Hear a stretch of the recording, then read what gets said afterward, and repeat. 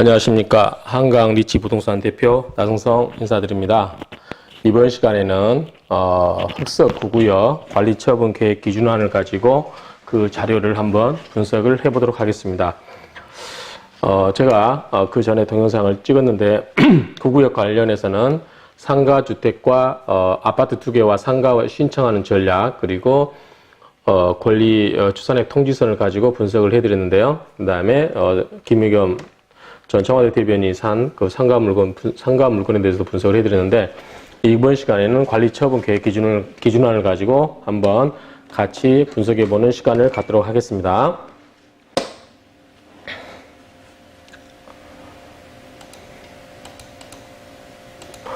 자, 9구역 재정비촉진구역 주택재개발정비사업조합에서 관리처분 계획 기준안이라고 하는 이 관리처분 공람용 자료를 배포를 했습니다.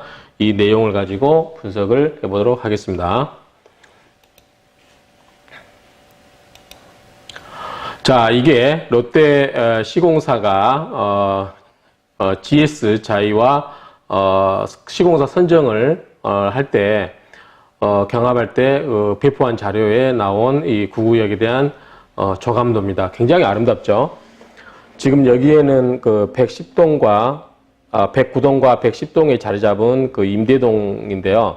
이 임대동에 대한 거를 좀 뒤로 옮기고 앞에 이렇게 스카이 브릿지랑 이렇게 멋지게 브리핑을 만들었고요. 원래는 여기에 라인이 한 줄, 두 줄, 세 줄, 이 3열이었는데 이거를 2열로 이렇게 고층으로 만들어서 이 한강 조망도 시원하게 보이게 하고 이렇게 조망될 수 있게끔 멋지게 자료를 만든 자료입니다. 이건 어디까지나 확정된 건 아니고요. 현재 그렇게 해서 하겠다라고 한 건데 이거는 통과가 되어야 됩니다. 근데 이제 이번 관리처분 계획 기준안에는 이걸로 근거를 한 게 아니고 옛날에 조합에서 사업시행인가를 받을 때 그 안을 가지고 하기 때문에 이거는 어디까지나 굉장히 앞으로 통과되어야 되기도 하고 이상적인 그 모델이라고 할 수 있겠습니다. 그래서 아직은 여기에 이걸 보시고 생각하시면 안 됩니다. 어찌됐든 이렇게 멋진 플랜을 가지고 롯데 시그니처가 9구역을 한번 업그레이드 하겠다, 또는 흑석동 전체를 한번 업그레이드 하겠다, 이렇게 야심찬 포부를 갖고 있습니다. 여기 푸르지오 보이죠? 푸르지오 아파트, 센츄럴 1차, 명수대 현대, 한강 현대, 여기 동작대교 보이죠? 여기 반포대교 보이고요. 여기 바로 앞에가 해가든 아파트입니다. 이 앞에가 1구역, 이쪽에 2구역, 이 흑석초등학교가 보이네요. 이렇게 9구역이 아주 삐까번쩍하게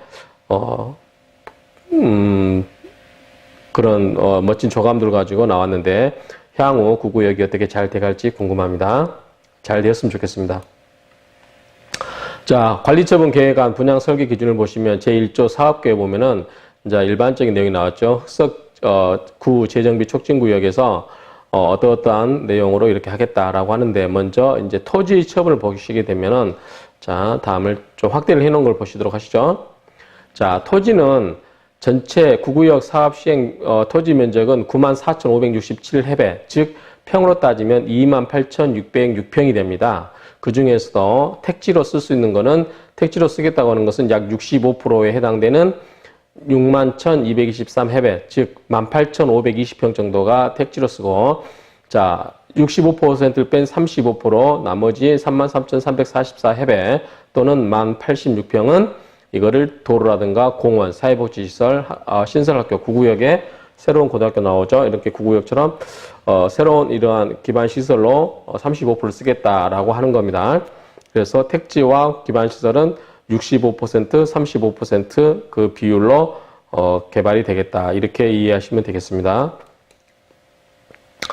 자, 제3조 건축 시설물의 대지 지분은, 이거는 당연히 이제 나중에 개발이 다 완료된 다음에 공유 지분으로 가는 거니까 일반적인 이야기고요. 제3조 종전 토지 및 건축물의 가격, 요거를 한번 분석하겠습니다. 자, 기존에 조합원님들이 가지고 계신 토지와 건축물에 대한 두 평가법인, 이상과 신한감정평가법인의 산술 평균 금액이 이렇게 나왔습니다. 이 금액을 가지고 4,388만 원이라 4,388억이라고 하는 이 조합원 재산이 나왔습니다. 이거는 이제 기존 조합원의 재산이 되겠고요. 그 다음에 여기에는 이제 국공유지 이런 부분도 있는데 다음 확대된 모습을 보도록 하시죠. 자, 여기 보면 토지와 건축물, 이 기존 조합원이 갖고 계신 이 금액이 4,388억이고요. 그 다음에 조합원들이 국공유지를 점유 또는 사용하고 있어서 정당하게 불화받을 수 있는 사람들이 사겠다라고 한 면적이 582해배 정도 되고 금액은 30억 정도 이렇게 조합원님들이 내시게 되겠습니다. 그래서 이 두 개를 합치고 나중에 청산자를 빼게 되는데 어쨌든 자, 구구역 조합원님들이 가지고 있는 땅을 한번 분석을 제가 해봤습니다. 궁금해서. 자, 조합원님들이 가지고 있는 땅은 이 정도 돼요. 83,007해배. 건축 면적은 15,500. 아니죠. 105,507이네요. 이 105,507해배. 이 면적을 가지고 있는데, 감정평가 금액은 당연히 땅이 비싸죠. 그래서 땅이 나온 금액이 이 정도 되는데, 이 4,388억이라고 하는 이 값어치를 가지고 분석을 해봤는데, 각각 금액이 나온 게 있죠. 토지는 3,866억 5억이고요. 그 다음에 건축물은 522억입니다. 522억인데, 자, 이거를 면적으로 나눠보니까, 토지는 해배당 465만원 정도, 즉, 평으로 따지면 1,540만원 정도 평가를 해준 것 같아요. 평균입니다. 이거는 조합원님이 갖고 있는 땅에 대한 평균이기 때문에 땅 더 좋은 지역에 있는 분은 더 높게 평가받은 거고 그 뒤에 뭐 이면지라든가 이지목이라든가 이런 거 갖고 계신 분은 좀 적게 평가받았겠죠. 평균 1,540만원 정도 평가를 해줬다 이렇게 생각하시면 되고 건축물은 좀 많이 평가해 준 것 같아요. 생각보다 7구역은 이렇게 많이 안 해줬던 것 같은데 어쨌든 건축물이 오래된 건물은 뭐 감정평가법인 해보니까 평당 뭐 5, 60, 7, 80 이렇게 평가해지는 경우가 많던데 어쨌든 평균 잡아서 163만원 한 평에 이렇게 평가를 해줬습니다. 그럼 굉장히 제가 봤을 때는 건물에 대해서 많이 평가를 해준 것 같아요. 이렇게 보시고 그 다음에 아까 이거는 국공유지는 30억에 대해서 조합원님들이 사겠다라고 하기 때문에 이 부분이 들어간 거고요. 자, 그 다음에 현금 청산자가 얼마냐. 현금 청산자가 해당된 부분이 4,916해배, 그 다음에 건축물은 3,869. 그래서 금액으로 환산하면 약 190억 정도 해당되죠. 190억 정도에 해당되는 이분들이 청산을 하겠다라고 했기 때문에 이 청산자는 뺍니다. 그래서 조합원이 기존에 가지고 있던 종전, 토지 및 건축물을 이 금액 4,388억에다가 국공유지 신청한 30억 요걸 합치고요. 그리고 현금 청산자 자 190억 정도 뺀 금액이 4,227억 정도. 그래서 4,228억 정도 되겠네. 반올림하면 요 금액 정도가 비례율 산정할 때 정정가게 됩니다. 그래서 요거는 픽스가 됐어요. 확정이 됐습니다. 그래서 요거는 변하지는 않을 거예요. 특별하게 조합원이 개별적으로 감정평가 소송을 해서 이기지 않는 한 이 금액은 바뀌지 않는다. 이렇게 보시면 됩니다. 그다음 국공유지 토지 처분 방법인데 이거는 이제 일반적으로 조합원이 그러면은 이 조합원이 국공유지를 사는 게 메리트가 있느냐라고 하는데 메리트가 있을까요, 없을까요? 자, 조합원이 왜 이거를 안 사도 입주권은 나와요. 아파트 무허가 건물이라도 이 건축물은 나오는데 왜 이걸 공유지를 살까요? 자기가 점유했을 때.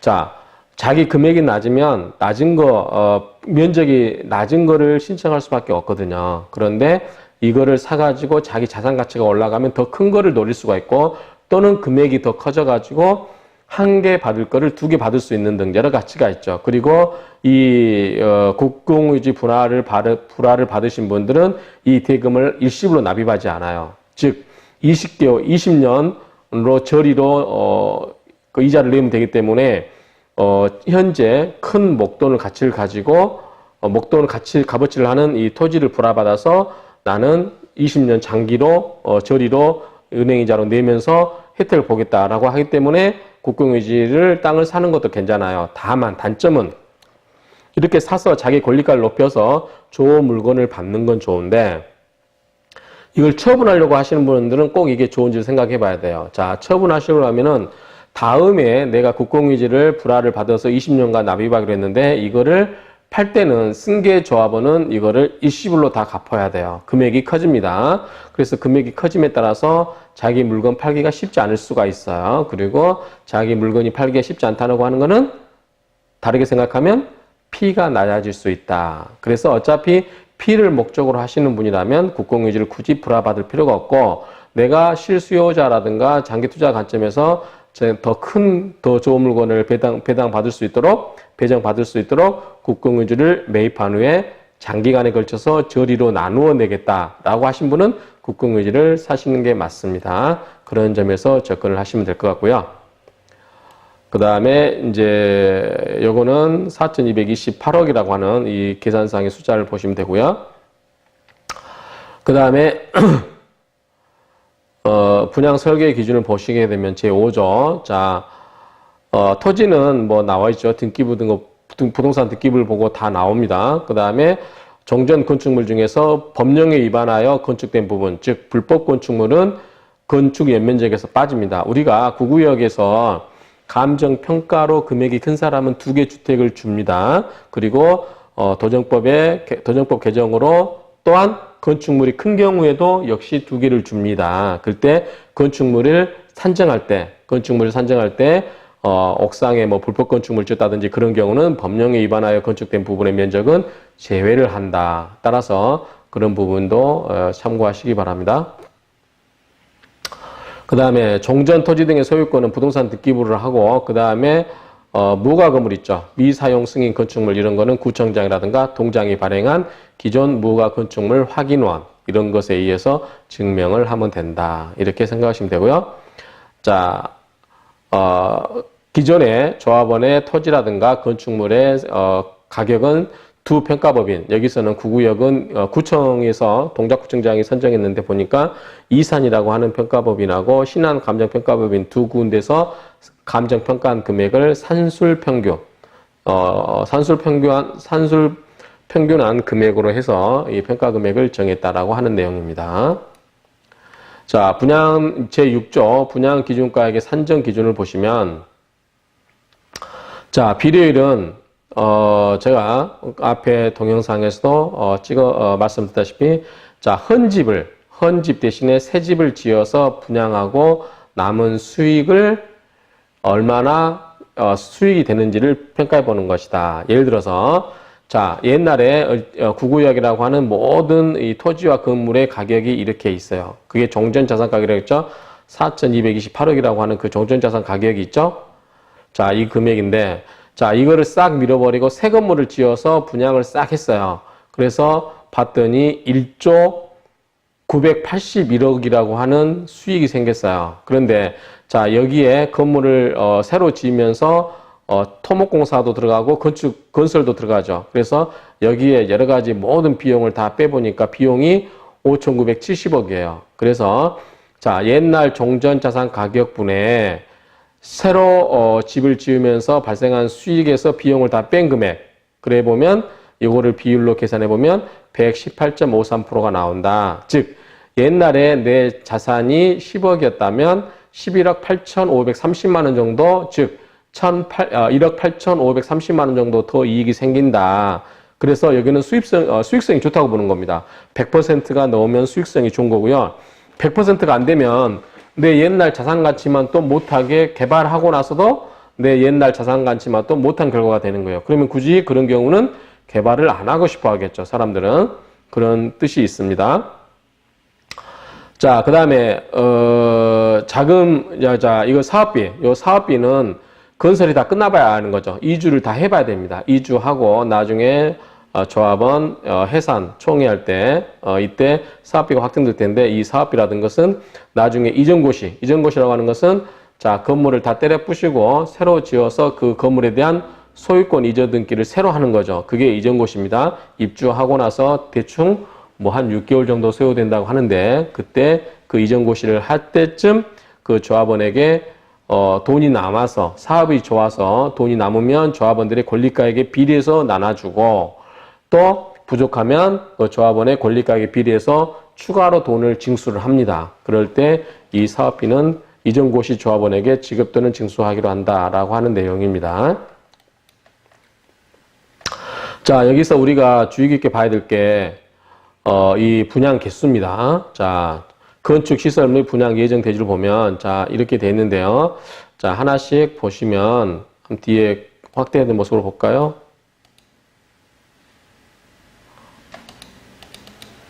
자, 조합원, 자, 59평을 한번 보십시오. 59평 A, B, C 3개가 있는데, 토탈 분양하는 게 629개입니다. 629개고, A타입이 450개, B타입이 90개, C타입이 89개인데, 자, 여기서, 이 조합원한테 총 나간 개수가,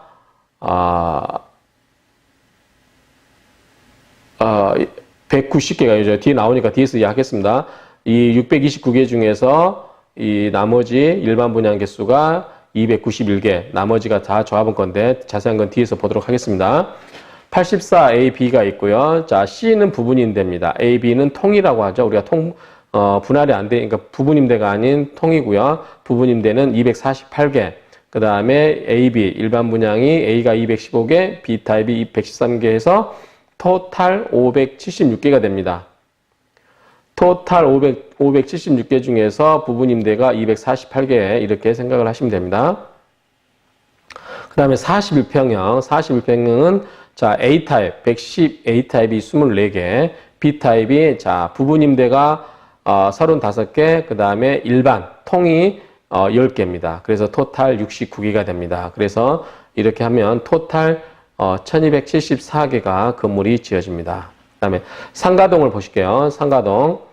자, 상가동은 크게 4군데가 있다고 보십니다. 자, 109동, 110동, 임대동 아파트 1층, 2층, 2개 층에 있어서 상가가 22개가 있습니다. 그리고 지금은 중대부중 뒤쪽에, 중대부중 뒤 주차장 쪽에 그쪽 방향에 세워질 상가가 근린생활시설 1입니다. 근린생활시설 1인데, 그게, 총, 몇 개죠?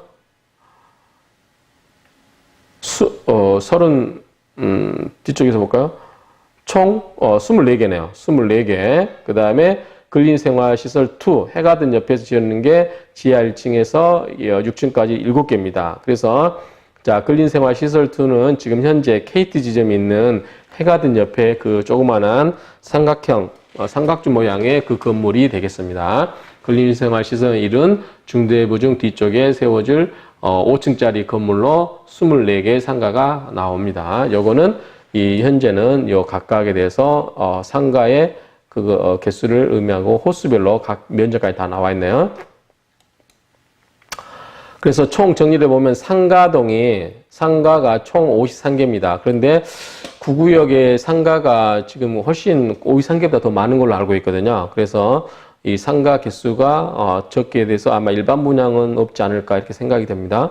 상가가 생각보다 많지는 않은 것 같아요. 특히 1층에 있는 상가는 16개밖에 안 돼요. 16개밖에 안 되기 때문에 상가는 자기 권리가 순위가 높을수록 상가를 먼저 배정받거든요. 자기가 찜을 하기 때문에.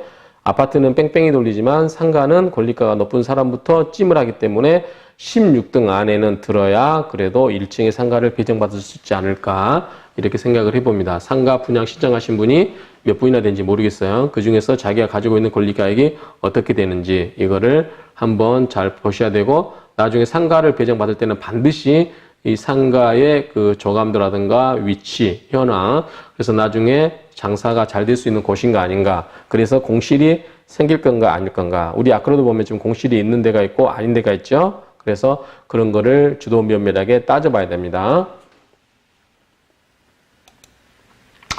자, 분양 아파트 보기 계시다면, 자, 분양 총 1274개 중에 조합원 분양이 830개예요.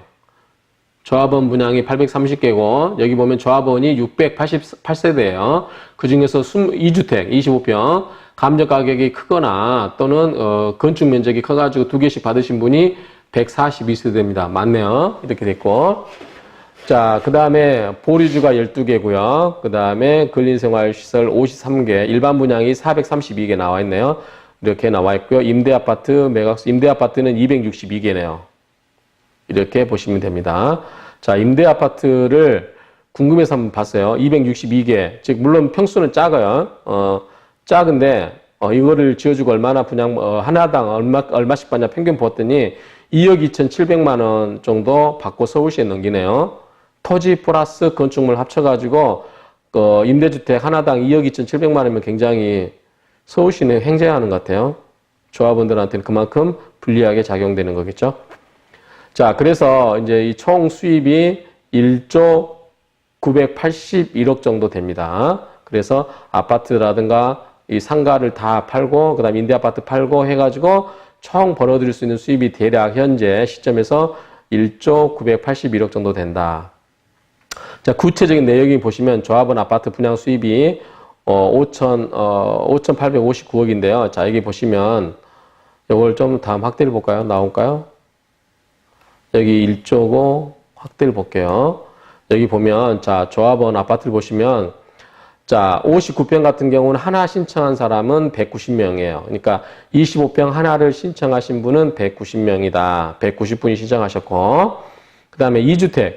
내가 34평이라든가 41평형을 신청하고도 하나를 더 신청할 수 있어서 59평형을 받은 사람, 그러니까 25평을 받으신 분. 자, 2주택을 줄 때는 반드시 60 이하로 주기 때문에 25평형을 줍니다. 그런데 보면 자, 금액으로 받으신 분은 38채예요. 자, 무슨 말이냐면 자기가 큰 평형 신청하고 남은 권리가액이 25평을 받고도 남을 금액이 되신 분이 38분이라는 뜻이에요. 권리가가 커가지고 두 개를 신청하신 분이 38분. 그 다음에 자, 이분은 조합원가로 받아요. 그 다음에 면적이 크다. 면적이 큰 경우는 자, 권리가 가격으로는 두 개를 못 받지만 그 건축물 면적이 커서 두 개를 받으신 분들은 104분이 신청을 하셨다. 104분이 신청했는데 배정이 된 거죠. 이런 분들은 조합원가로 받지 못하고 일반 분양가의 5% 할인된 금액. 그래서 여기 보면은 95%라고 했죠. 일반 분양 추산액의 95% 정도에 받을 수 있다. 그래도 좋죠. 자, 일반 분양가의 추산액이 7억 5,100만 원인데 95%면 이거보다 싸겠죠. 그러면은 자, 25평 시세가 대충 뭐 10억만 봐도 2억 5천은 먹고 가는 거 아닌가요? 그러니까 제가 앞에 유튜브에서 구구역의 2주택 분양 신청 또는 상가 분양 신청 전략에 대해서 제가 강의했다시피 일단은 되면은 많이 받으시라. 상가도 지나가는 길에 한번 신청하고 지나가시라 제가 말씀을 드렸습니다. 이렇게 하면은 어쨌든 일반 분양을 조합원가로 받지 않고 일반 분양가의 95% 즉 5% 할인된 금액 수준을 받더라도 충분히 현 흑석동 시세에 비춰봐서 2, 3억에 최소 한 3억 정도 한 2억 5천 이상의 시세 차익은 난다고 보면 됩니다. 이거 받기 위해서 일반 분양 사람들이 많이 하잖아요. 그런데 조합원들은 일반 분양처럼 어렵게 하지 않아도 그냥 건축물 큰 거 갖고 있으면 지나가는 길에 이거 신청해서 뭐 한 2, 3억 더 건지면 좋지 않습니까? 그 다음에 물론 이제 시세가 올라가면 더 받겠죠. 84평을 보겠습니다. 34평을 보면 자, 부분 임대가 아닌 통은 328개예요. 그 중에서 조합원이 283개를 신청하셨고 일반 분양은 당연히 빼면은 45개가 남겠죠. 그 다음에 부분 임대는 248개인데 그 중에서 157명이 신청하셔가지고 자 85개를 일반 분양하겠죠. 그래서 이걸 보면은 사람들이 부분 임대형보다는 일반형을 더 원하고 있다라는 것을 이 숫자상으로도 우리가 읽을 수가 있습니다. 그리고 보류지라고 하는 거는 보류지는 조합원이 아니라고 봤는데 조합원의 지위를 다투어서 판결로 인해서 조합원이 되신 분들, 그분들은 아파트를 줘야 되잖아요. 그렇죠?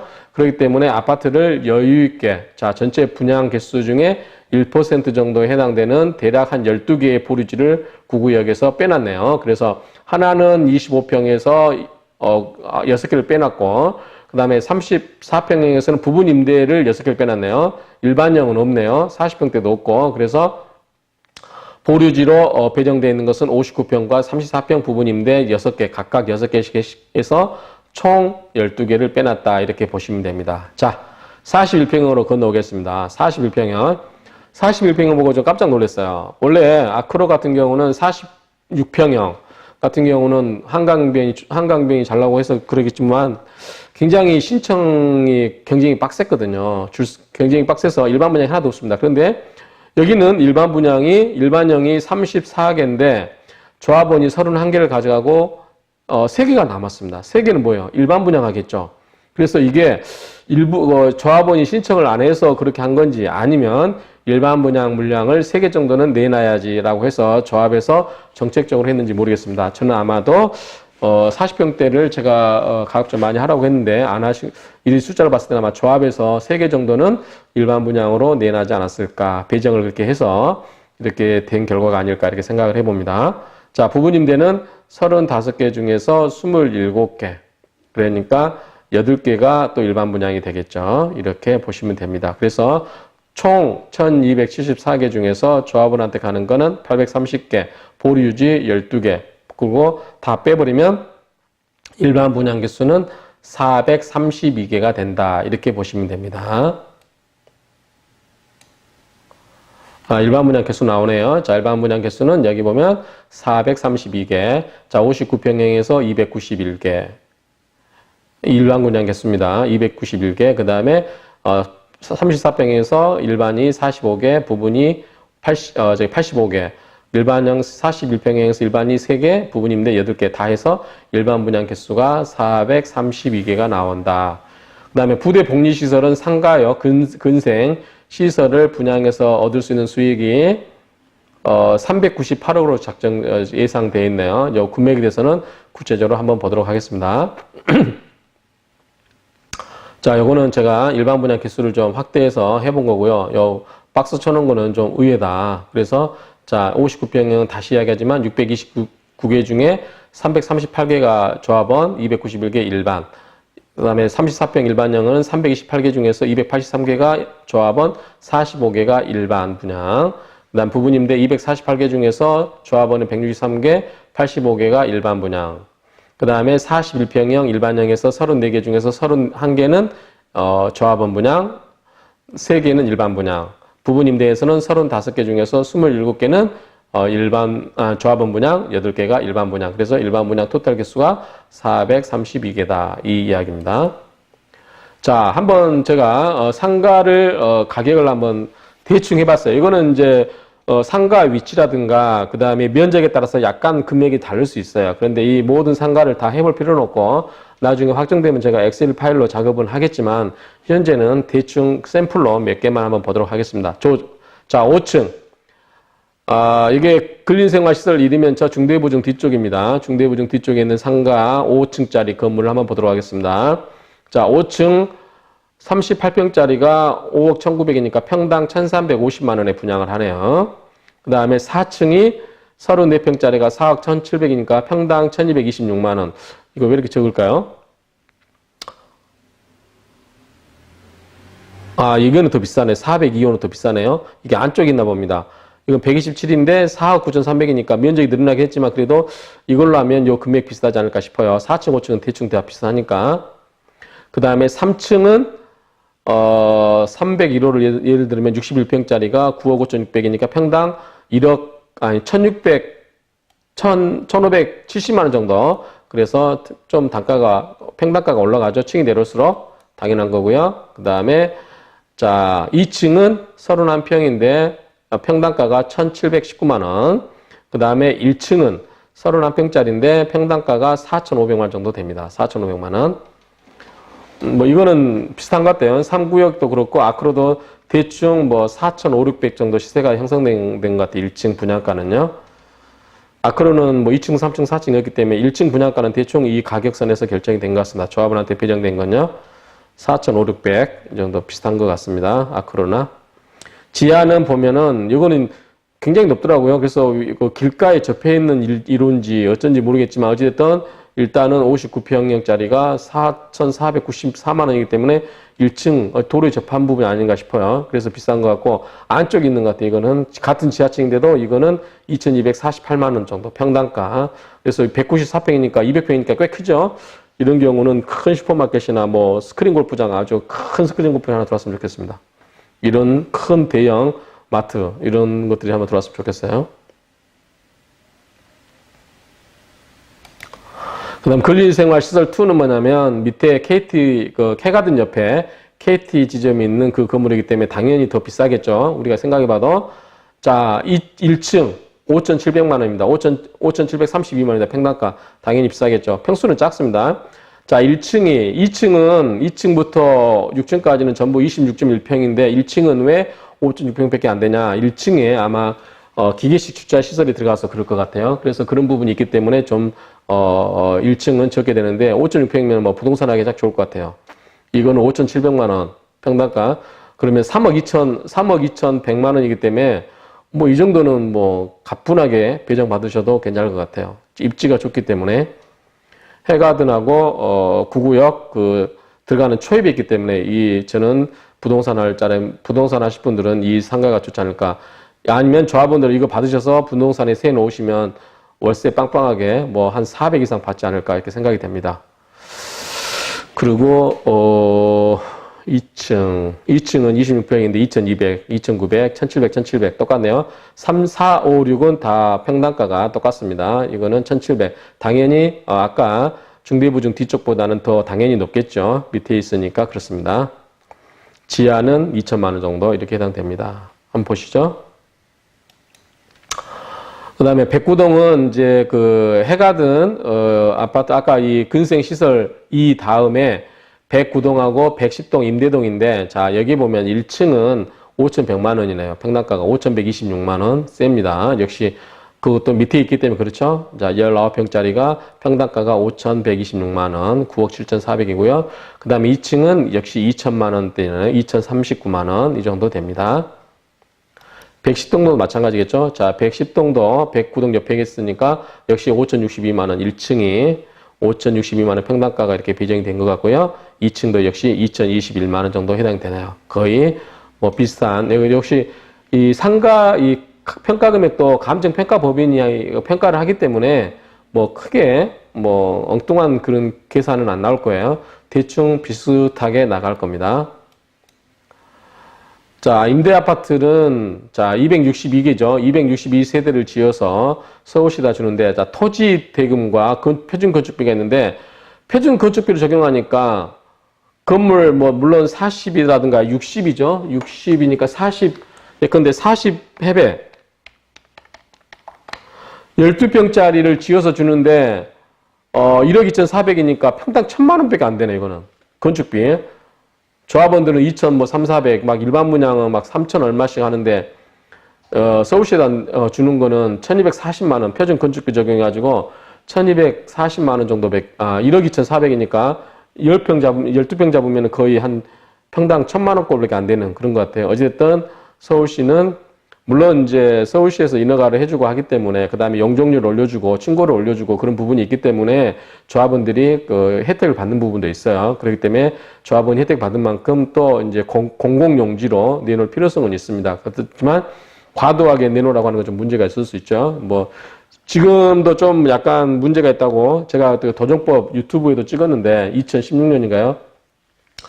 7구역 비대위하면서 이게 너무 좀 불합리함이 있어서 제가 도정법에 있어서 바꿔야 될 내용을 제가 도정법 개정 내용을 좀 찍은 적이 있는데 역시 이 조합원과 비조합원 간의 차이가 크고요. 그 다음에 같은 땅이라도 국가가 갖고 있는 땅은 인접 대지에 100% 받고 조합원이 갖고 있는 땅인데 대지인데도 불구하고 길로 쓰고 있다고 해서 3분의 1로 평가하고 그런 거는 좀 너무 이상한 것 같아요. 자본시장 국가에서 있을 수 없는 일이라고 봐요. 이건 언제 한번 바로 잡아야 될 거라고 생각을 하는데 어찌됐든 이렇게 한번 제가 분석을 해봤습니다. 그랬더니 역시 이렇게 좋은 가격에 분양을 받네요. 물론 이렇게 좋은 분양을 받아서 건물 가져가지고 서울시가 자기가 쓰는 게 아니고 좀 없으신 분들, 도움이 필요하신 분들에게 저리로 임대 아파트 하는 거니까 나쁘게 볼 필요는 없을 것 같아요. 다 같이 사는 사이니까 그런 부분도 배려를 하셔야 되는데 최근에 뉴스에 이제 임대주택 비율을 30%까지 올리겠다고 하니까 좀 조합원 입장에서는 많이 그만큼 수익성이 줄어들 수 있다라고 하는 그런 부분이 있을 수 있겠죠. 그래서 최대 30%니까 그 선에서 이 타협을 잘 해야 될 것 같습니다. 구구역은 해당되지 않는 내용입니다. 자, 제8조 분양대상 조합원 기준. 요거는 제가 도시 재개발이라든가 이런 데서 강의를 많이 했고, 그 다음에 여러분들이 스스로 공부하시면 되는데, 읽어보시면 되는데, 여기는 현재 구구역 조합원은 해당 사항이 없다고 보시면 됩니다. 왜? 구구역 조합원들은 이미 조합원으로 인정을 받았기 때문에 여기는 조합원을 인정할 건가 말 건가 하는 부분이에요. 그래서 그런 부분이기 때문에 이미 구구역 조합원들은 조합원으로서 인정을 받고 있기 때문에 이 논의는 불필요하다. 그렇기 때문에 간략하게 언코멘트하는 수준에서 넘어가도록 하겠습니다. 자, 원래는 1세대 1주택 주는 걸 원칙으로 합니다. 그래서 그 구역 내에 집이 10개 있다 하더라도 원칙적으로 하나 아니면 맥시멈 2개 준다. 이렇게 생각하시면 됩니다. 그 다음에 가격이 큰 경우는 종전평가 금액이 큰 경우는 조합원 분양가로 준다. 이렇게 됐죠. 조합원 분양가로. 그 다음에 면적이 전용 면적이 큰 경우는 일반 분양가의 95, 즉 5% 할인된 금액으로 하나 더 줄 수 있다. 이렇게 보시면 되고요. 자, 원칙적으로 그 구역 내에 종전의 건축물이라든가 주택을 갖고 있으면 다 줘요. 근데 무허가 건물도 준다. 그 다음에 땅만 갖고 있어도 줍니다. 근데 땅은 제한이 있죠. 자, 90해배 이상이면 무조건 줍니다. 90해배는 27평인가 될 겁니다. 90해배 곱하기 0.3025 하면은 27.22평이면 무조건 땅만 갖고 있어도 아파트 나옵니다. 그런데 30에서 90 사이에 있으신 분들은 세대원 전원이 무주택자인 경우에 한해서 주택이 나옵니다. 그리고 30해배 미만인 경우는 무조건 청산당한다. 이렇게 생각하시면 됩니다. 그래서 30해배 이상, 30해배보다 뭐 27해배밖에 안 되는 땅을 아파트 받은 줄 알고 사시면 안 됩니다. 그 다음에, 자, 다번 같은 경우는 이런 뜻이에요. 자, 권리가액 분양용 최소 규모 공동주택이 한 가구 이상 출산하기 이상인 경우. 자, 내가 상가 건물을 가지고 있어요. 아니면 땅을 가지고 있어요. 근데 그 가액이, 아파트보다 하나 큰 가격 받을 수 있다 그러면은 아파트를 하나 받을 수 있다는 뜻입니다. 자, 그 다음에 우리가 지분 쪼개기라고 하죠. 조합원을 여러 사람 만드는 거예요. 원래 큰 땅을 하나 갖고 있는데 그걸 쪼개가지고 10명한테 팔아먹어요. 그래서 10개 입주권이 나오게끔 한다. 그걸 막기 위해서, 자, 1997년 1월 15일 이전, 그 다음에 단독주택 같은 경우는 1990년 4월 21일 이전에 하신 분에 한해서 인정이 됩니다. 그 다음에 여러 사람이 공유 형태로 가지고 있는 경우, 자, 이제는 땅을 쪼개기 안 되니까 아버지 밑으로 자녀들이 전부 들어와 있어요. 그래서 건축물을 3인 공유로 갖고 있다고 해서 3개를 주는 게 아니고 공유를 갖고 있는 경우도 하나만 준다. 그런 이야기입니다.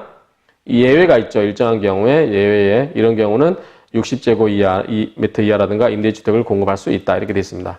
요거는 그냥 넘어가도록 하겠습니다. 우리 조합원님들은 다 이미 조합 추산 통지서를 받은 거는 여러분들이 다 조합원을 인정받고 있기 때문에 넘어가는 거고요. 자, 상가 등 부대 복리시설은 제가 이 앞에 구구역 그 분양 신청 전략에 대해서 유튜브에서 다 찍어드렸습니다. 서울시 조례에 1순위부터 6순위까지 있다. 그 차례에는 여러분들이 한번 비교를 해보시기 바랍니다. 기본적으로 이거는 다 말씀드렸고, 그때 제가 강의에서 7순위를 언급해드렸어요. 자, 근데 역시 구구역 조합에서도 7순위를 넣어놨네요. 자, 원래 조례에는 1순위부터 6순위까지 밖에 없습니다. 그런데 7순위는 뭐냐면, 자, 상가가 개수가 많이 남아있는데 분양 신청을 한 사람이 조합원이 적어서 상가가 남은 경우는 아까 이 상가를 분양하는 순서가 정해져 있어요. 1순위부터 6순위까지 정해져 있는 사람만 상가를 분양받을 수 있는데, 그렇지 않고 만약 상가가 미달됐다. 분양이 미달됐다. 그러면 일반적으로 상가하고 아무 관련 없는 단독주택을 갖고 있는 사람도 신청을 한 경우는 줄 수 있도록 한 게 바로 7순위입니다. 그래서 7순위를 보시면 공동주택을 분양받은 자로서 환급금 있는 자. 그래도 자기 돈이 남아야 돼요. 아파트 분양받고 단 1원이라도 남아야 상가를 신청할 수 있다. 이렇게 돼 있습니다. 그런데 7구역에서는 조합에서 이렇게 안내를 안 했어요. 그래서 기존에 돈이 환급을 많이 받으신 분 중에서 상가 신청 안 하신 분들이 있어요. 근데 조합 임원 중에 어떤 분들은 이 상가를 신청하신 분도 있어요. 환급 받는 분이 없음에도 불구하고. 이거는, 9구역은 근데 이렇게 7순위에다가 넣어놨네요. 이거는 우리 7구역은 나중에 이제 총에서 나중에 넣었는데 어쨌든 이렇게 분양 관리처분 계획 때 이렇게 넣어놔가지고, 어찌됐든 이렇게 돼 있습니다. 그래서 제가 앞에 유튜브 강의에서 누누이 강조했습니다. 그냥 환급 받으실 분 또는 그냥 일반적으로 지나가는데 상가 하나 신청해놓고 지나가십시오 라고 했어요. 앞에 유튜브 한번 참조해 주시고요. 누누이 강조했고, 그 다음에 공동주택 호수 방법. 자, 공동주택 규모, 공동주택의 규모 및 동호수 호수 결정 방법은 아파트는 전산 추첨이라고 했어요. 공개 추첨, 전산 추첨입니다.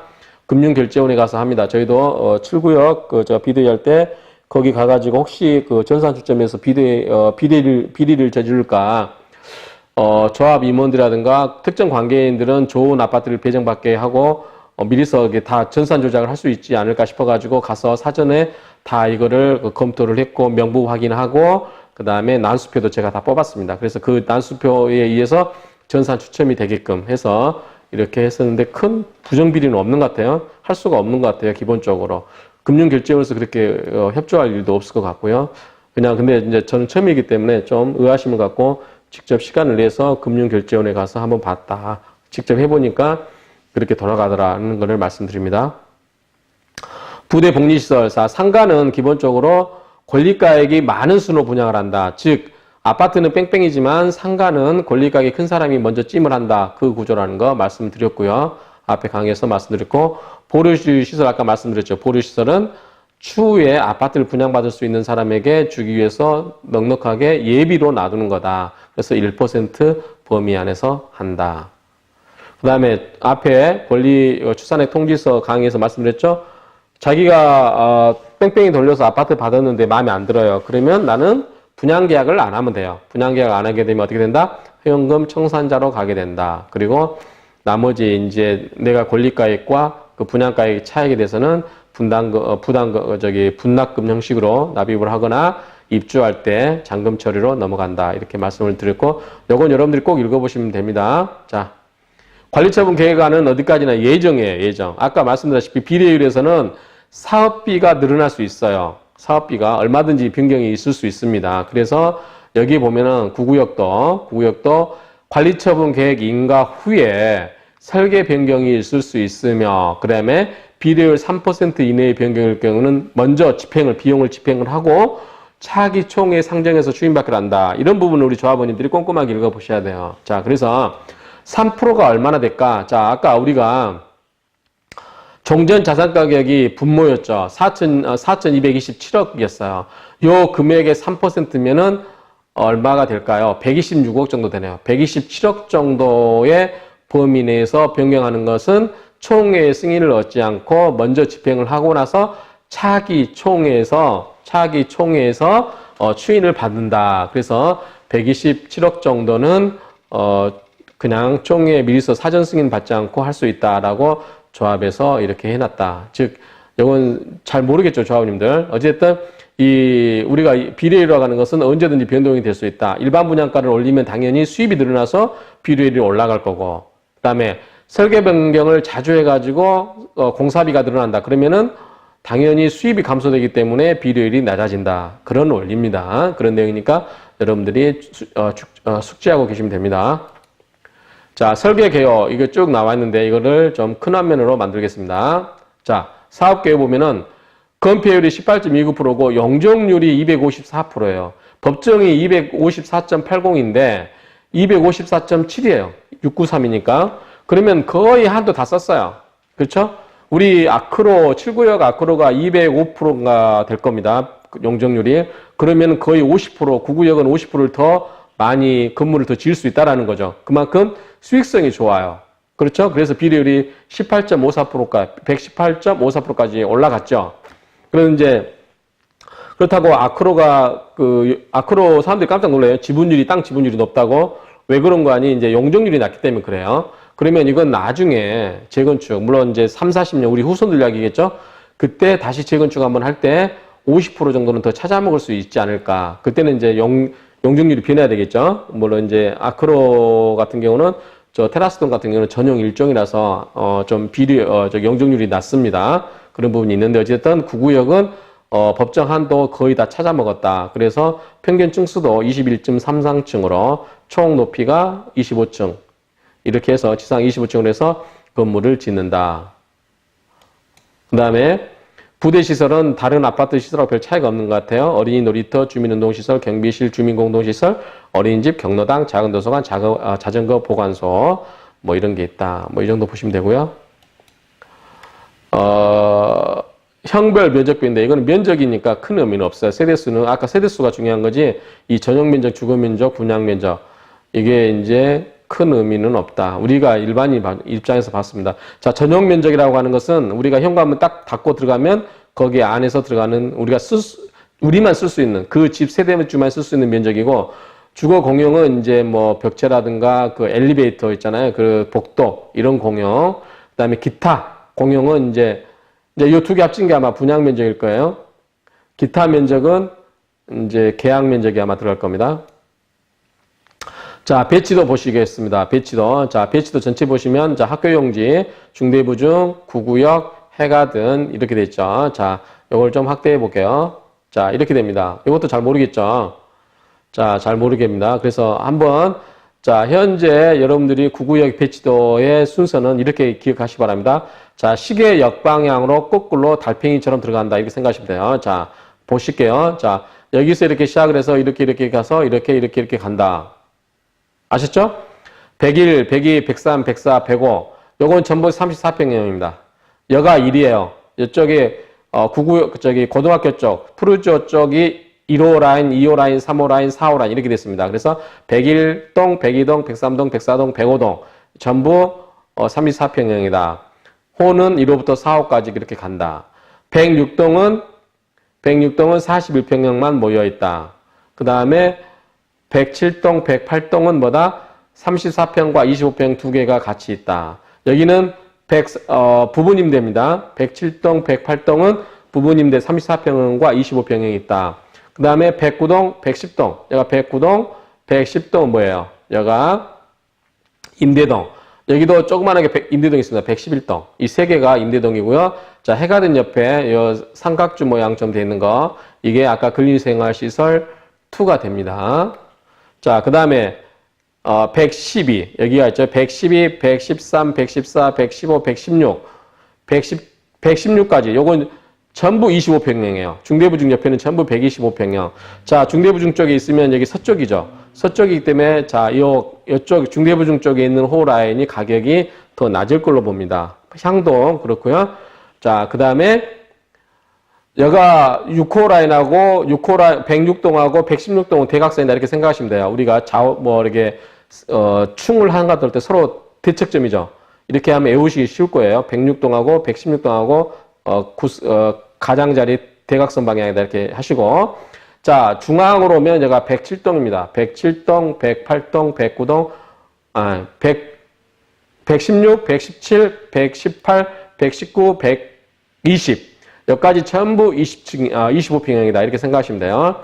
그 다음에 121동에서 끝나는데 여기는 34평과 25평이 같이 있다. 그래서 임대동은 이게 34평과 25평 3개가 있는 거는 121동, 107, 108 이 3개 동이 그렇다. 이렇게 기억을 하시면 됩니다. 그래서 우측은 34평, 좌측은 25평, 정문 쪽은 임대동 이렇게 기억을 하시면 됩니다. 자, 여러분들 이 이야기 듣기 위해서 제가 이 지도에서 가져왔어요. 101동부터 106동, 107, 108, 109, 110, 111 요건 3개 임대동 112, 113, 114, 115, 116, 117, 118, 119, 120 요거는 전부 25평 121 요거는 가운데 있다 이렇게 이해하시면 됩니다. 그래서 107동, 108동, 121동은 34평과 25평이 같이 있다 이렇게 기억을 하시기 바랍니다. 자, 이게 조감도입니다. 멋있죠? 자, 이렇게 보면은 34평, 1, 2, 3, 4, 5, 그 다음에 40평대 6, 7, 8, 9, 10, 11, 임대동, 9, 10, 11, 그 다음에 12, 13, 14, 15, 16, 끝에 16이라고 그랬죠? 6동과 116동은 대척점, 17, 18, 19, 20, 여기까지 25평, 21동, 요게 이제 21동, 107동, 108동 3개가 부분임대, 34평 부분임대와 25평으로 이루어졌다. 이렇게 기억하시라고 했습니다. 자, 제가 이거를 보이는 거는 이게 사자가 동서남북이에요. 근데 좀, 다 좋아요. 좋은데, 저는 구구역, 물론 이제 제가 건축 전문가는 아니고, 한데, 동양 철학, 풍수도 잘 몰라요. 좀 공부하는 사람 입장에서 보면, 전부 꺽쇠처럼 이렇게 집을 지어놨어요. 전부. 근데 이게 좋은가 싶은 생각이 들어요. 이렇게 꺽쇠처럼 짓는 거는 아크로 같은 경우는 이렇게 꺽쇠처럼 지은 거는 한강 조망을 염두에 둬서 설계를 그렇게 뽑은 거거든요. 그래서 대부분 많은 지형에서 많은 호수에서 한강이 조망되게끔 하려고 이렇게 한 건데 구구역은 한강 조망하고 크게 관계가 없는데 어떻게 보면 정남향으로 집을 반듯하게 해서 판상형으로 지은 게 더 좋지 않을까 이런 생각이 들어요. 그다음에 이 동가에 너무 이렇게 있어서 바람이 잘 통할까 하는 생각도 드는데 그렇기 때문에 이런 생각을 가졌는데 그래서 한번 자료를 찾아봤어요. 찾아봤더니 롯데 시공사가 들어왔을 때 시공사 선정할 때 제안한 게 이렇게 되더라고요. 그래서 두 동으로 원래 3열 라인인데 2열 라인으로 바꿔버리고 이렇게 가운데 중앙 분수 이렇게 만들어서 이렇게 만들면 좋을 것 같아요. 환하게. 그리고 동간도 거리가 떨어지고 그 대신 층은 올라가겠죠. 이렇게 지은 게 훨씬 더 좋지 않을까. 근데 이것도 보면 꺽쇠로 해놨어요. 꺽쇠로 해놓을 때 아까 조합원들 조합원 만든 시행 계획안에 보면은 간섭이 많아요. 옆에 호수하고. 근데 여기는 호수하고 간섭은 별로 없어요. 보면 서로 겹치는 부분은 없기 때문에요. 그래서 될 수만 있으면 이렇게 되는 게 훨씬 더 아파트에는 쾌적성은 좋지 않을까 이런 생각을 해봅니다. 그런데 여기 보시면 자 조합안은 이렇게 오밀조밀 21개 동 3열에 근데 특화 대안안에 보면 11개 동의 2열 라인이에요. 그래서 이걸 통경축이라고 하나 봐요. 이게 바람이 통하고 하는 이 통경축을 이렇게 지면 어떨까라고 하는데 모르겠습니다. 이렇게 롯데에서는 이렇게 해주겠다고 제안을 했는데 그러면 이제 건축물이 올라가야 되니까 층수가 올라가야 되니까 그게 잘 통과될지 어떨지는 모르겠어요. 그런 부분이 있기 때문에 자 이것도 이제 롯데 시공사에서 특화 설계할 때 제안할 때 제가 했는데 조합 원래 사업 계획은 이렇다. 그런데 롯데에서는 이렇게 해주겠다. 그 다음에 상가도 조합에서는 이렇게 하겠다고 했는데 롯데에서는 이렇게 해보겠다라고 한 겁니다. 이게 잘 됐으면 좋겠는데 어떻게 될지 모르겠습니다. 한번 조합원님들 관심을 한번 가져보시고 비조합원님들은 관심을 보시면 될 것 같아요. 자, 상가 동호수별 아파트 동호수별 배치도인데 제가 아까 좀 꺽쇠로 꺾여 있어서 좀 애매하다라고 말씀을 드렸어요. 근데 1호 라인은 푸르지오 그쪽을 보고 있기 때문에 그 옆에가 공이 생기잖아요. 그래서 저는 1호 라인이 가장 좋다고 봐요. 방향도 남동 라인이에요. 그래서 1호 라인이 가장 좋다고 보는데 실제로 가격을 한번 볼게요. 자, 1호 라인은 남동향이고 판상형이고 그래서 저는 가장 좋은 호수로 봅니다. 2호 라인은 남동이고 판상형인데 4호 간섭이 있어요. 그 다음에 3호 라인은 동남서고 타호형이에요. 그래서 타호형은 좀 특별한 목적이 있지 않는 한 예컨대 아크로에서 타워형 84C 3호 라인은 84C인데 이거는 거실에서는 한강 조망되고 또 방에서는 남향 햇빛도 받을 수 있는 장점이 있어요. 근데 구구역에서 왜 이거를 이렇게 지었을까라고 생각을 했는데 역시나 가격이 제일 쌉니다. 84C 부분임대가 이렇게 가격이 조합원 배정가가 가장 쌉니다. 그래서 가장 비싼 거는 역시 1호 라인이에요. 제 생각이 맞는 것 같아요. 그래서 뭐 큰 차이는 아니에요. 맵 2, 300 차이인데 어쨌든 여기는 84C는 몇 천씩 차이가 납니다. 가격이 한 4천 차이 나요. 4천. 그러니까 1호 라인 남동향이고 판상향이니까 공기 잘 통하고 그 다음에 숲속 조망 앞에 햇빛도 잘 들어오고 앞에 공원 쪽으로 창이 나 있기 때문에 더 좋지 않을까 해서 역시 1호 라인이 가장 높게 배정이 됐고요. 그 다음에 2호 라인. 근데 이제 4호 라인이 또 의외로 높아요. 왜 그런가 싶었더니 이게 판상향이하고 남서북 쪽인데 이게 꼭 비쌀 이유가 있을까? 그렇게 생각이 되는데 아무튼 이 가 라인 1호 라인, 4호 라인 가 쪽에 있는 라인이 비싼 걸로 돼 있고 타워형으로 되어 있는 84C가 3호 라인이 가장 가격은 싸다 이렇게 보시면 되겠고요. 역시 구구역도 7구역과 마찬가지로 저층은 다 일반 분양으로 돌렸네요. 이 까만색은 보류지입니다. 보류지는 부분임 돼 있고 역시 보류지 여기 한번 보실게요. 자, 보류지 저층이 좋습니다. 다 일반적인 거 이거는 소송을 통해서 혹시 조합원 지위를 승계받을 사람한테 조합원 지위를 인정받을 사람한테 주는 거라서 일단 좋은 거는 이미 확정된 조합원한테 좋은 걸 주겠죠. 이렇게 되시고 105동 106동. 자, 105동까지는 똑같은 라인,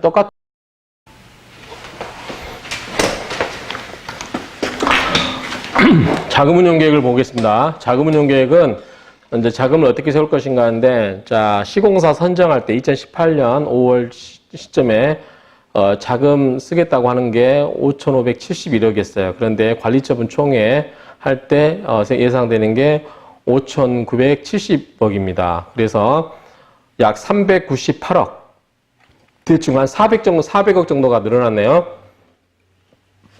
이걸 보시면 되고, 자세한 디테일한 부분은 몰라요. 이거는 이제 전문가 아니면 잘 모르는데, 이것도 이제 조합 관계된 임원이라든가 아니면은 조합에 관심 있으신 분들은 클린업 시스템이라든가 조합에 정보 공개 신청하시고, 그 사업비 내역 계약한 거, 회사와 계약한 거를 청구할 수 있습니다. 그 청구해가지고 디테일하게 하나씩 보시면 이제 알 수 있고, 그거를 외부 전문가에게 의뢰를 해서 맡겨볼 수 있는데, 뭐 크게 구구역 같은 공공관리제도가 도입되기 때문에 크게 조합에서 뭐 비리를 저지르거나 그럴 것 같지는 않아요.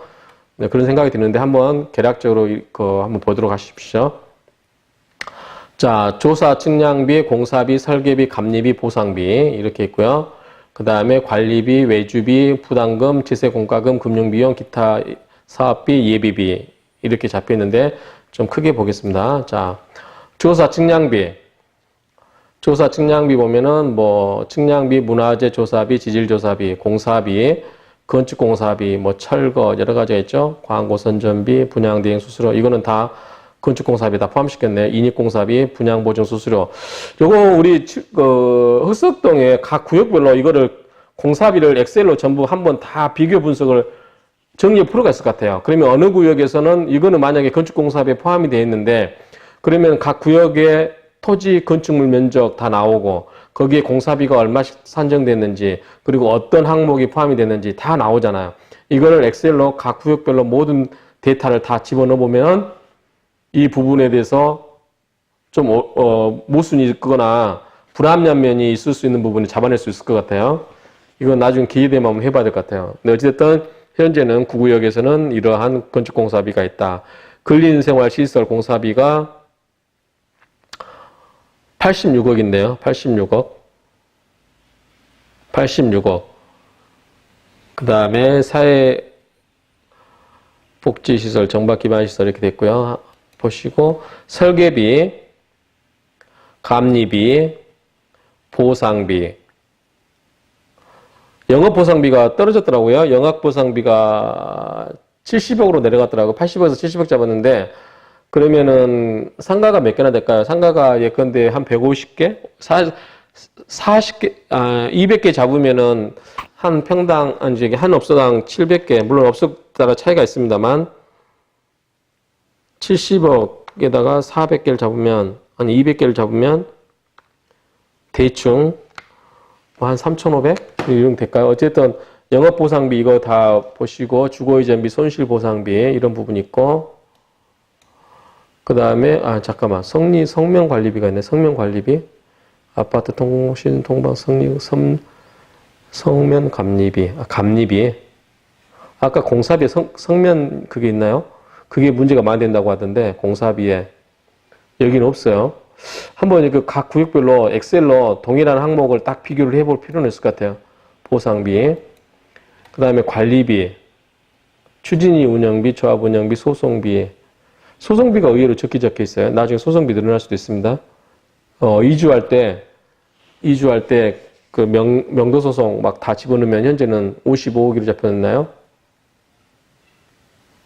5억 5천인가요? 5억 5천 잡혔는데 나중에 뭐 우리 출국도 보니까 소송비 엄청 늘려버리더라고요. 총회비가 180억. 엄청 맞죠? 아닌가요? 18억이군요. 18억. 그 다음에 외주비, 감정평가비, 정비사업관리비, 정비 교통비. 이게 외주비 같은 경우는 성면조사비도 있네요. 8,500인가요? 8,500. 이 외주비는 이제 외부 업체와의 그 공사 계약서가 있거든요. 이거는 여러분들이 정보공개 신청하셔서 보시면 돼요. 보시면 되고, 관심 있으신 분들 보시면 되고, 법무용역비, 이주관리비, 명도소송 여기 있네요. 명도 수용제걸 관련해가지고 33억 책정해 놓은 건가요? 33억 맞죠? 33억? 아까 일반 법무비는 따로 있고요. 그 다음에 뭐 여러 가지 영역이 있는데 아무튼 이런 게 보시면 되고, 부담금 요거는 뭐 우리가 따질 필요 없을 것 같아요. 이거는 어차피 공공 뭐 세금 비슷한 거라서. 그다음에 재산세, 보존 등기비 요거는 어떻게 될지 모르겠어요. 취득세, 재산세, 법인세 이런 거 있는데 뭐 이것도 세금이니까 문제인데, 보존 등기비도 마찬가지고. 이거는 근데 이제 법무사 수수료, 법무화과 부담비를 얼마로 잡았어요? 법무 영역비, 여기 아마 법무사한테 나가는 거 맞네요. 법무사 영역인데 여기 보수비 40%네요. 40%면 괜찮은 것 같아요. 우리가 7구역이 57%인가요? 그러니까 법정 수수료, 우리 이제 중개수수료처럼 법정 협회가, 법무사 협회 수수료가 있는데 제 기억에 정확하지 않아요. 제 기억에 57%였던 것 같은데, 그래서 7구역은 이게 40%네요. 뭐 굉장히 저리로 잘 체결했네요. 47%인가? 정확하지 않습니다. 저 기억이 나지 않는데 57%로 기억이 돼요. 제 기억에는. 금융비용, 제세 공과금, 그 다음에 금융비용, 이것도 뭐 이자 나가는 거니까 큰 의미는 없고, 기타 사업비, 민원처리, 이주비 크게 문제가 없고, 예비비가 160억 잡혀 있네요. 맞죠? 160억. 우리 출국도 처음에는 50억 잡혀 있다가 나중에 100억대로 늘리고 하고 그러는데, 예비비라는 거는 뭐 말 그대로 예비비이기 때문에 나중에 이제 이걸 안 쓰면 이게 다시 이제 수익으로 나눠서 조합원한테 갈 거니까. 근데 예비비라는 건 보니까 대부분 물어보면 이게 다 쓰게 된다고 그러더라고요. 뭐 뜻하지 않는 뭐 소송이 걸리거나 뭐 여러 가지, 또 나중에 청산자 협상 과정에서, 그 다음에 종교시설 뭐 이런 관련해서 여러 가지 비용이 또 추가로 늘어나기 때문에 여기서 빼서 쓰면은 크게 이제 비리를 손대지 않고 할 수 있는 부분이 있기 때문에 예비비를 넉넉하게 잡아두는 것 같아요. 어쨌든 구구역도 예비비는 160억 맞죠? 160억으로 잡아놓고 있는 것 같습니다. 이상으로 흑석 구구역 관리처분 계획 기준안을 가지고 나름대로 비전문가 입장에서 제가 그동안 뭐 비대위 활동 조금 하면서, 그리고 부동산 하면서 좀 스스로 이 터득한 그러한 지식들을 가지고 같이 이제 우리 조합원들하고 의견을 나누고자 했는데, 이게 아마 제 입장에서는 많이 또 내용에 오류가 있을 수도 있어요. 오류가 있을 수 있기 때문에 여러분들이 참조를 해 주시면 좋을 것 같고, 어쨌든 이런 부분들이 많이 반영이 됐으면은 좋고, 여러분들이 조합원들이 많이 알고 있으면 있을수록 좋은 것 같아요. 그리고 저도 7구역을 사랑하는 사람으로서 7구역 흑석동 사람들을 운영하는 사람이고 밴드도 운영하는 사람이기 때문에, 우리 흑석동이 제가 옛날 부동산 2015년 7월에 오픈할 때 7구역 관리처분 인간하고 프리미엄이 1억 8천밖에 안 됐어요. 8천. 근데 제가 그 당시 8천 해봤자 7억이었어요. 아파트 6억 2,500 했으니까 조합원 분양가가. 근데 입주할 때 13억 간다고 제가, 흑석동이 앞으로 뜰 지역이라고 제가 누누이 강조를 했고, 뭐 다른 부동산에서 뭐 개무시해도 제가 꿋꿋하게 설명했고, 아마 제 블로그를 보신 분들은 알 수 있을 거예요. 제가 한강리치 부동산이라고 하는 블로그를 운영하고 있고, 요즘은 벌써 50만 뷰가 넘은 지가 꽤 됐고요. 그다음에 요즘은 엄청나게 많은 사람들이 들어오는데, 어쨌든 저는 그냥 제 소신껏, 뭐 양심에 반하지 않는, 제가 제 소신껏 그냥 이야기를 합니다. 그러니까 뭐 제가 부동산을 평생 했던 사람도 아니고 한 몇 년밖에 안 됐기 때문에 오류가 있을 수 있다는 점 지적해 주시고, 틀린 점은 또 과감하게 뭐 지적을 해주시면 제가 또 배우는 기회로 삼겠습니다. 그래서 어쨌든 남의 구역이라 조심스럽긴 한데, 그래도 우리 흑석 9구역이 정말 잘 됐으면 좋겠습니다. 롯데에서 뭐 했거나 GS에서 제시한 것처럼 엄청난 그러한 좋은 비율을 가지고 흑석 9구역이 정말 잘 돼가지고, 일반 분양가도 지금 10억이 넘죠? 324평 기준으로. 그런 걸 해서 엄청 흑석 9구역이 잘 돼가지고 흑석동이 한번 제2의 다시 전성기 점프를 한 번 더 할 수 있고, 그 다음에 흑석 1구역과 2구역을 개발로 해서 흑석동이 정말 꽃을 피우는 그러한 좋은 명품 도시 흑석동이 되었으면 합니다. 9구역 여러 조합원님들의 이 간의 평안과 그 다음에 9구역 사업이 잘 완만이 돼서 입주하실 때 웃고 즐거운 담소로 입주하시길 기원드립니다. 감사합니다. 한강리치 부동산 대표 나승성이었습니다.